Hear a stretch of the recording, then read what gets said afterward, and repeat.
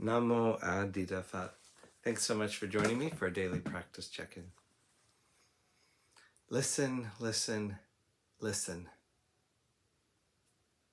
This wonderful sound calls us back to our true home.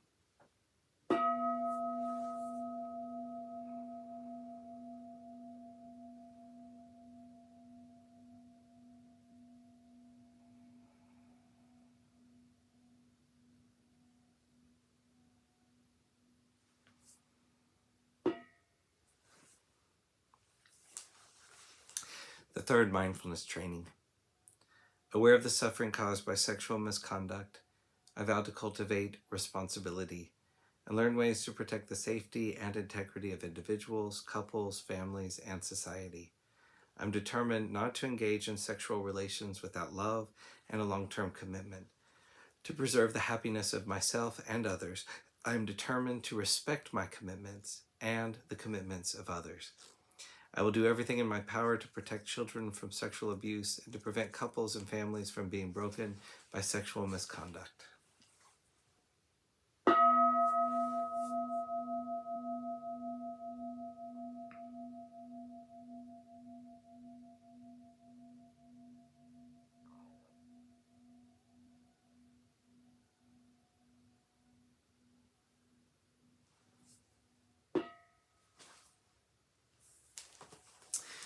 For our Dharma lessons, we're reading Everything We Do Matters by the Venerable Wuling, continuing in chapter 2 today, which is Maintaining the Calm, Clear Mind.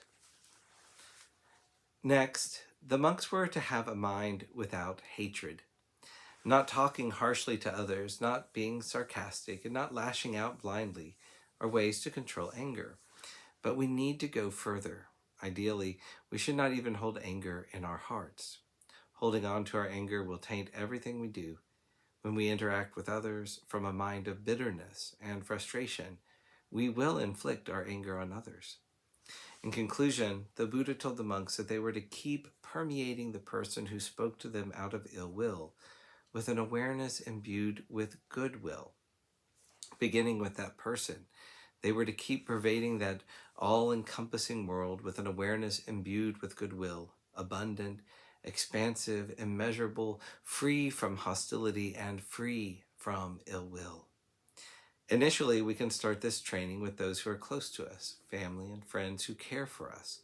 We start here because it is easier for us to love those who love us and who are kind to us.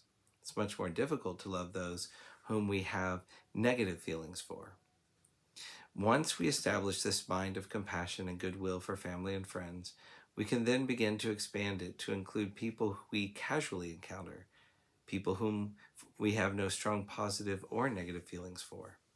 Accomplishing this, we can broaden this mind of benevolence to include people we dislike, and eventually, even those we hate. If we can keep widening this mind, we will gradually be able to accommodate many others in an ever-widening circle. Then we can open up this caring mind to include all beings throughout the universe.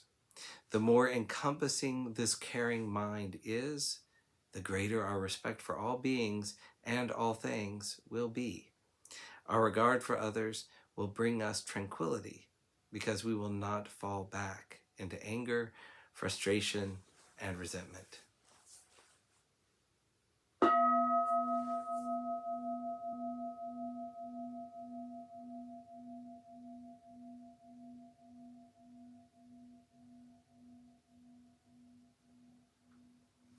May all beings be well. May all beings be happy.